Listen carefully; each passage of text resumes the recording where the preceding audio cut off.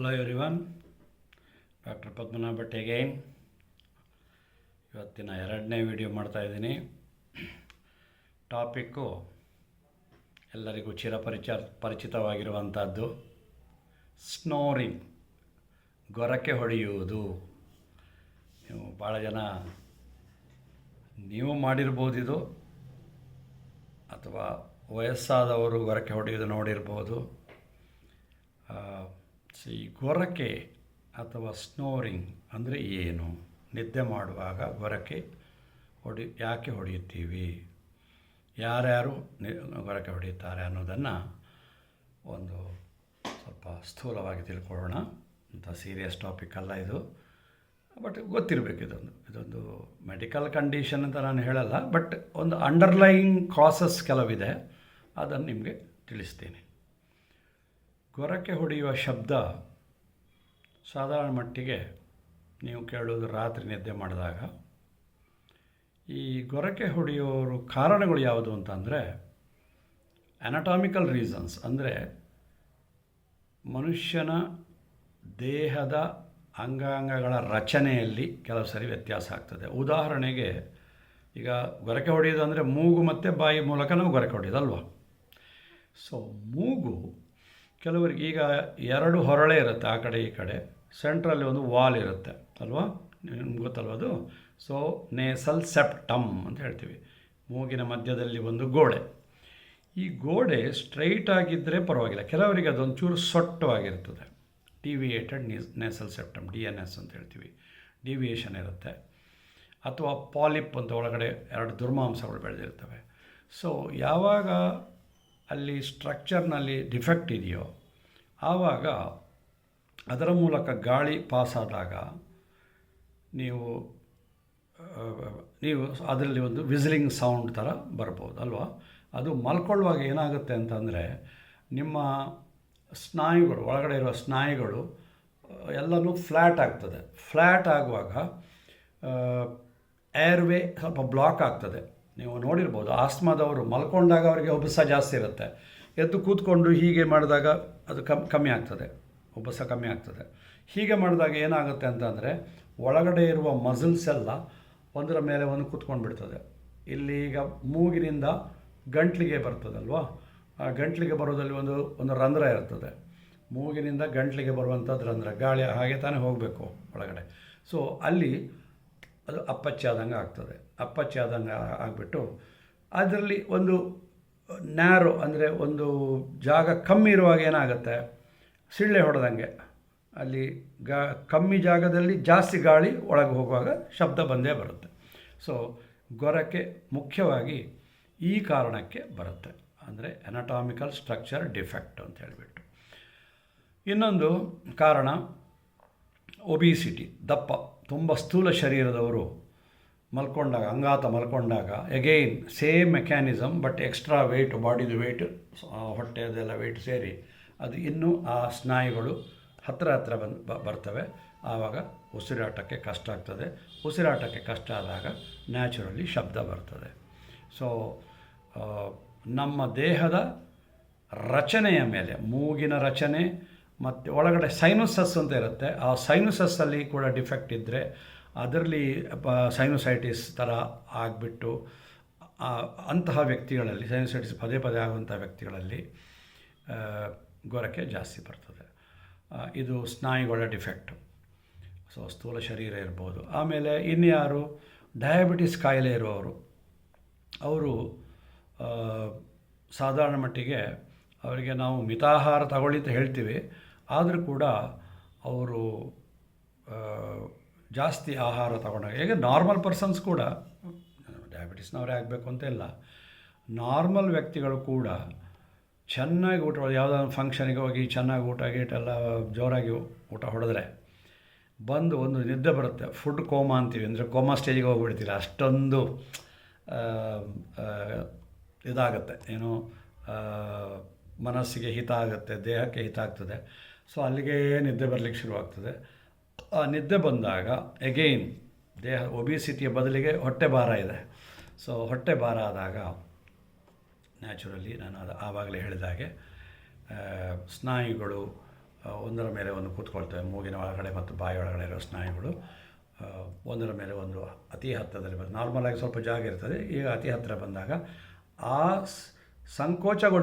ಸಂಕುಚನಗೊಂಡಿರುವಂತಹ ಜಾಗದಲ್ಲಿ ಗಾಳಿ ಹೋಗಬೇಕು. ಆವಾಗ ನ್ಯಾಚುರಲಿ ಅದು ಸೌಂಡ್ ಮಾಡುತ್ತೆ. ನಿಮ್ಮದು ಯಾವುದೇ ಮ್ಯೂಸಿಕಲ್ ಇನ್ಸ್ಟ್ರೂಮೆಂಟು, ಈ ವಾಲಗಾಗಲಿ ಅಥವಾ ಫ್ಲೂಟ್ ಆಗಲಿ ಎಲ್ಲದೂ ಒಂದೇ ಅಲ್ವಾ.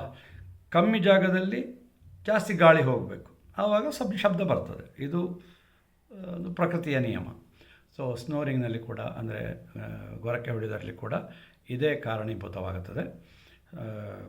ಸೊ ಹಾಗಾದರೆ ಈ ಗೊರಕೆ ಹೊಡೆಯುವಂಥದ್ದು ಇದನ್ನು ಹೇಗೆ ಕಮ್ಮಿ ಮಾಡಬಹುದು? ಅದಕ್ಕೆ ಒಂದು ಸಾಮಾನ್ಯವಾದಂತಹ ಒಂದು ಸೊಲ್ಯೂಷನ್ ಏನಂದರೆ, ನೀವು ಅಂಗಾತ ಮಲ್ಕೊಂಡಾಗ ಗೊರಕೆ ಜಾಸ್ತಿ ಬರುತ್ತೆ. ನೀವು ಬೇಕಾದ್ರೆ ಅಬ್ಸರ್ವ್ ಮಾಡಿ ನೋಡಿ. ನಿಮ್ಮ ಈಗ ಮದುವೆ ಆಗಿರೋರಾದರೆ ನಿಮ್ಮ ಹೆಂಡತಿ ಗೊರಕೆ ಹೊಡಿತಾ ಇದ್ದಾರೆ ಅಥವಾ ಗಂಡ ಗೊರಕೆ ಹೊಡಿತಾ ಅಂತಂದರೆ ಸೈಡಿಗೆ ಮಲಗಿಸಿ. ಯಾರು ಗೊರಕೆ ಹೊಡಿತಾರೋ ಅವರಿಗೆ ಮಲ್ಕೊಳ್ಳುವಾಗ ಲೆಫ್ಟ್ ಸೈಡಲ್ಲಿ ಮಲ್ಕೊಳ್ಳಿ. ಜನರಲಿ ಲೆಫ್ಟ್ ಸೈಡಲ್ಲಿ ಮಲ್ಕೊಳ್ಳೋದು ಒಳ್ಳೆಯದು ಅಂತ ನಾವು ಹೇಳ್ತೀವಿ, ಫಾರ್ ಮೆನಿ ರೀಸನ್ಸ್. ಸೊ ಸೈಡ್ನಲ್ಲಿ ಮಲ್ಕೊಳ್ಳಿ, ಅಂಗಾತ ಮಲ್ಕೊಳ್ಬೇಡಿ, ನಂಬರ್ 1.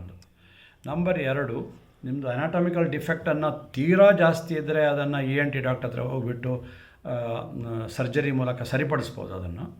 ಸೊ ಅದು ENT ತಜ್ಞರ ಹತ್ರ ಹೋಗ್ಬಿಟ್ಟು ಸೈನಸೈಟಿಸ್ ಬಗ್ಗೆ ಮತ್ತು ಡಿವಿಯೇಟೆಡ್ ನೇಸಲ್ ಸೆಪ್ಟಮ್ ಬಗ್ಗೆ ಡಿಸ್ಕಷನ್ ಮಾಡಿ ಅದಕ್ಕೆ ಏನು ಪರಿಹಾರ ಅಂಥೇಳಿ, ಅದಕ್ಕೆ ನಾನು ಹೇಳೋದು ಸ್ಟೀಮ್ ಇನಲೇಷನ್ ಮಾಡಿ ಅಂತ ಹೇಳ್ತೀನಿ. ಆದಷ್ಟು ಸ್ಪ್ರೇಗಳು ಇದೆಲ್ಲ ಹೊಡಿಬೇಡಿ ಅಂತ, ಅದು ಅಡಿಕ್ಷನ್ ಆಗಿಬಿಡ್ತದೆ. ಆಮೇಲೆ ಮೂಗು ತನ್ನ ಸ್ಮೆಲ್ ಸೆನ್ಸೇಷನ್ ಕಳ್ಕೊಳ್ತದೆ. ಸೊ ಸ್ಪ್ರೇಗಳಿಗೆ ಮಾರು ಹೋಗಬೇಡಿ. ಆದಷ್ಟು ಪ್ಲೇನ್ ಸ್ಟೀಮ್ ಇನಲೇಷನ್, ಅದು ಕೂಡ ನೀವು ವಿಕ್ಸ್ ಅಮೃತ ಹಾಕಬೇಡಿ. ನಾನು ಸೈನಸೈಟಿಸ್ ವಿಚಾರ ಮಾತಾಡಿದಾಗಲೂ ಇದನ್ನು ಹೇಳಿದ್ದೀನಿ. ಯಾವುದೇ ಕೆಮಿಕಲ್ಸ್ ಆ್ಯಡ್ ಮಾಡದೆ plain steam inhalation will clear your nasal passage ಅಂತ ಹೇಳಿದ್ದೀನಿ. ಸೊ ಅದೇ ತತ್ವವನ್ನು ಇಲ್ಲಿ ಇದು ಮಾಡಿ. ಆಮೇಲೆ ಸ್ನೋರಿಂಗ್ ಅನ್ನೋದು ತುಂಬ ಕೆಟ್ಟದ ಅಂತ. ಕೆಟ್ಟದು ನಿಮಗೇನು ಕೆಟ್ಟದಿಲ್ಲ, ಪಕ್ಕದಲ್ಲಿ ಮಲ್ಕೊಂಡಿರೋರಿಗೆ ಕೆಟ್ಟದು. ಸೊ ಅದಕ್ಕೋಸ್ಕರ ಆದರೂ ನೀವು ಸ್ನೋರ್ ಮಾಡೋದು ಕಮ್ಮಿ ಮಾಡಬೇಕು. ಅಫ್ಕೋರ್ಸ್ ಸೀರಿಯಸ್ ಮ್ಯಾಟರು ಸೈನಸಸ್ಸು ಮತ್ತು ಮೂಗಿನ ಸ್ಟ್ರಕ್ಚರು ಮತ್ತು ಒಬಿಸಿಟಿ, ದಪ್ಪ ಆಗಿರೋದು, ಇದಿಷ್ಟು ನಿಮ್ಮ ಕೈನಲ್ಲಿದೆ.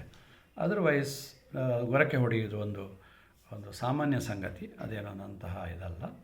ಆದರೆ ಈ ಗೊರಕೆ ಹೊಡೆಯುವ ಸಾಮಾನ್ಯ ಕಾರಣಗಳನ್ನು ಮೀರಿ ಕೂಡ ಮತ್ತೆ ಕೂಡ ಅದನ್ನೆಲ್ಲ ನಾವು ಸಂಶೋಧನೆ ಮಾಡಿ ಎಲ್ಲ ಇದಾಗಿದೆ. ಅದನ್ನು ಮೀರಿ ಆದ್ರೂ ಗೊರಕೆ ಹೊಡಿತಾ ಇದ್ದಾರೆ ಅಂತಂದರೆ ದಯವಿಟ್ಟು ನೀವು ನಿಮ್ಮ ಬೇಸಿಕ್ ಬ್ಲಡ್ ರಕ್ತ ಪರೀಕ್ಷೆಗಳನ್ನೆಲ್ಲ ಮಾಡಿಸಿ ನಿಮ್ಮ ಕುಟುಂಬ ವೈದ್ಯರ ಹತ್ರ ಹೋಗಿ ಅವರಿಗೆ ಗೊತ್ತಿರೋ ವಿಷಯಗಳನ್ನೆಲ್ಲ ನಿಮಗೆ ಎಕ್ಸ್ಪ್ಲೈನ್ ಮಾಡಿ ಯಾವುದನ್ನು ಅವಾಯ್ಡ್ ಮಾಡಬೇಕು, ಯಾವುದು ಮಾಡಬೇಕು. ತೀರಾ ಸ್ವೀಟ್ ತಿನ್ನಬೇಡಿ ಅಂತ ನಾವು ಅದಕ್ಕೆ ಹೇಳ್ತೀವಿ. ಅದು ಡಯಾಬಿಟೀಸ್ ಅಂತಲ್ಲ, ಡಯಾಬಿಟೀಸ್ ಅವರು ಸ್ವೀಟ್ ತಿನ್ನಲೇಬಾರ್ದು. ಈವನ್ ಅದರ್ವೈಸ್ ನನಗೆ ಡಯಾಬಿಟೀಸ್ ಇಲ್ಲ, ನನಗೆ ಬೇಕಾದ್ರೆ ಸ್ವೀಟ್ ತಿನ್ನಿ ಪರವಾಗಿಲ್ಲ. ಬಟ್ ಈ ಥರ ಸಣ್ಣ ಪುಟ್ಟ ಸೈಡ್ ಎಫೆಕ್ಟ್ಸ್ ಇರ್ತವೆ. ಅದು ನಿಮಗೇನು ಬಾಧೆ ಇಲ್ಲ, ಅದರಿಂದ ಪಕ್ಕದಲ್ಲಿ ಮಲಗಿರೋರಿಗೆ ಬಾಧೆ. ಚಿಕ್ಕ ಮಕ್ಕಳು ಕೂಡ ಮಾಡ್ತವೆ, ಗೊರಕೆ ಹೊಡಿತವೆ. ಅದು ಸ್ಟ್ರಕ್ಚರಲ್ ಡಿಫೆಕ್ಟ್ ಹುಟ್ಟುವಾಗಲೇ ಇದ್ದರೆ, ಆವಾಗಲೇ DNS ಇದ್ದುಬಿಟ್ರೆ ಮಕ್ಕಳು ಗೊರಕೆ ಹೊಡಿತವೆ. ಆಮೇಲೆ last but not the least, ತುಂಬ ಆಯಾಸ ಆದಾಗ ಚಿಕ್ಕ ಮಕ್ಕಳು ಗೊರಕೆ ಯಾವಾಗ ಹೊಡಿತಾರೆ ಗೊತ್ತಾ? ಅವು ಕೆಳಗಡೆ ಒಂದು 5-6 ವರ್ಷದ ಮಕ್ಕಳು, 10 ವರ್ಷದ ಮಕ್ಕಳು ಕೆಳಗಡೆ ಅವರ ಫ್ರೆಂಡ್ಸ್ ಜೊತೆ ಹೋಗ್ಬಿಟ್ಟು ತುಂಬ ಆಡ್ತಾರೆ. ಕ್ರಿಕೆಟು, ವಾಲಿಬಾಲು, ಫುಟ್ಬಾಲು ತುಂಬ ಆಡ್ತಾರೆ. ತುಂಬ ಬಾಡಿ ಟಯರ್ಡ್ ಆಗುತ್ತೆ.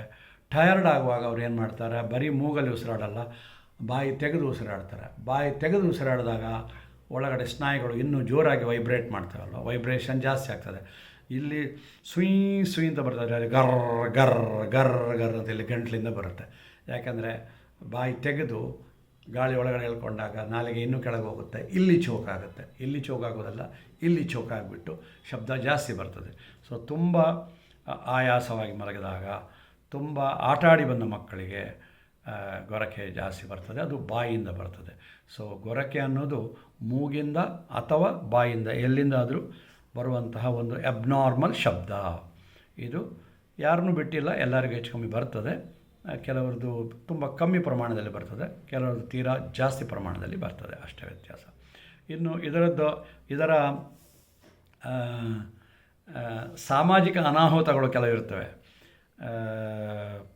ಹೆಂಡತಿಗೆ ಗೊರಕೆ ಹೊಡೆಯೋ ಅಭ್ಯಾಸ ಇದ್ದರೆ ಗಂಡನಿಗೆ ಸೊ ಬೆಳಗ್ಗೆ ಎದ್ದು ಹೊಡೆದು ಪಟ ಅಂತ ಹೊಡೆದ್ಬಿಟ್ಟು ಎದ್ದೇಳೋ ಏನಿದು ಇಷ್ಟೊಂದು ಬೇರೆ ಕಡೆ ಮಲ್ಕೋ ಹಾಗೆ ಅಂತ. ಸೊ ಸಾಮಾಜಿಕವಾಗಿ ಸ್ವಲ್ಪ ಪ್ರಾಬ್ಲಮ್ ಆಗ್ಬೋದು. ಇನ್ನು ಕೆಲವು ಅಮೇರಿಕಾದಲ್ಲಿ ಕೆಲವು ಕಥೆಗಳು ಕೇಳಿದ್ದೀವಿ, ಅಲ್ಲಿ ಡೈವರ್ಸ್ ಆಗ್ತಾರಂತೆ ಗಂಡ ಹೆಂಡತಿ.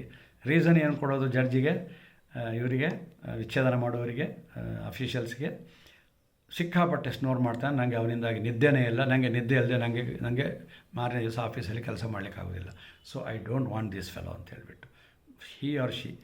So snoring alone can be a reason for divorce. ಜ್ಞಾಪಕ ಇಟ್ಕೊಳ್ಳಿ. ಇದು ತಮಾಷೆ ಅಂತ ಅನ್ನಿಸ್ಬೋದು, but it is a serious matter. ಅದು ಆಗಿದೆ, ಕೆಲವು ದೇಶಗಳಲ್ಲಿ ಆಗಿವೆ.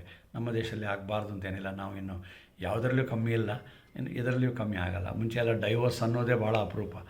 ಇವಾಗ ಡೈವರ್ಸ್ ಅನ್ನೋದು ಮಾತಾಡಿದ್ರೆ ಡೈವರ್ಸು, ಜಗಳ ಆದರೆ ನಾನು ಡೈವರ್ಸ್ ಮಾಡ್ಕೋತೀನಿ ನಾನಂತ. ಸೊ ನಮ್ಮಲ್ಲಿ ಸಾಮಾಜಿಕ ಕಟ್ಟುಬದ್ಧತೆ ಕಮ್ಮಿ ಆಗಿದೆ, ಪರಸ್ಪರ ಪ್ರೀತಿ ವಿಶ್ವಾಸಗಳು ಕಮ್ಮಿ ಆಗಿವೆ, ಮನುಷ್ಯ ಸೌಂದರ್ಯ ಇದನ್ನು ನೋಡಿಬಿಟ್ಟೆ ಮದುವೆ ಮಾಡ್ಕೊಳ್ಳೋದೆಲ್ಲ ಆಗಿದೆ. ಸೊ ಹೀಗಿರುವಾಗ ಯಾವ ರೀತಿ ಅದರ ಟರ್ನ್ ಆಗ್ಬೋದು ಅಂತ ಹೇಳಲಿಕ್ಕಾಗಲ್ಲ. ಯಾವುದಕ್ಕೂ ಇದರ ಬಗ್ಗೆ ಸ್ವಲ್ಪ ತಿಳುವಳಿಕೆ ಇರಬೇಕು ಎಲ್ಲರಿಗೂ, ಗೊರಕೆ ಬಗ್ಗೆ. ಅದನ್ನು ನೀವು ಲೈಟಾಗಿ ಬೇಕಾದ್ರೂ ತಗೊಂಡು ಹೋಗ್ಬೋದು. ಆದರೆ ತೀರಾ ಜಾಸ್ತಿ ಗೊರಕೆ ಹೊಡೆಯುವಾಗ ಡಾಕ್ಟ್ರು ಹೇಳಿದ ಕೆಲವು ಅಡ್ಜಸ್ಟ್ಮೆಂಟ್ಸ್ ಇನ್ ಪಾಶ್ಚರು ಅದೆಲ್ಲ ಅದಾದ್ರೂ ಕಮ್ಮಿ ಆಗ್ತಾಯಿಲ್ಲ ಅಂದರೆ ENT ಡಾಕ್ಟ್ರ್ ಹತ್ರ ಹೋಗಿ ಅವರನ್ನು ಸಂಪರ್ಕಿಸಿ, ಕಾರಣ ಗೊತ್ತಾಗುತ್ತೆ ಅದಕ್ಕೆ ಸರಿಯಾಗಿ. ಮತ್ತು ವೆಯ್ಟ್ ರಿಡಕ್ಷನ್ ಅದೆಲ್ಲ ಆವಾಗಲೇ ಹೇಳೇ ಆಯ್ತು ನಾನು. ಸೊ ಇಷ್ಟೆಲ್ಲ ಮಾಡಿ, ಸೊ ಹೀಗೆ ಗೊರಕೆ ಅನ್ನೋದರ ಒಂದು ಚಿಕ್ಕ ಟಾಪಿಕ್ಕು, ಅದರಲ್ಲಿ ಏನೂ ಇಲ್ಲ ಅಂತ ಅನಿಸುತ್ತೆ, ಬಟ್ ಆದ್ರೂ ಸ್ವಲ್ಪ ತಿಳ್ಕೊಂಡ್ರೆ ಒಳ್ಳೆಯದು ಅಂತ ಹೇಳಿ ನನ್ನ ಮಾತನ್ನು ಮುಗಿಸ್ತಾ ಇದ್ದೀನಿ. ಜೈ ಹಿಂದ್.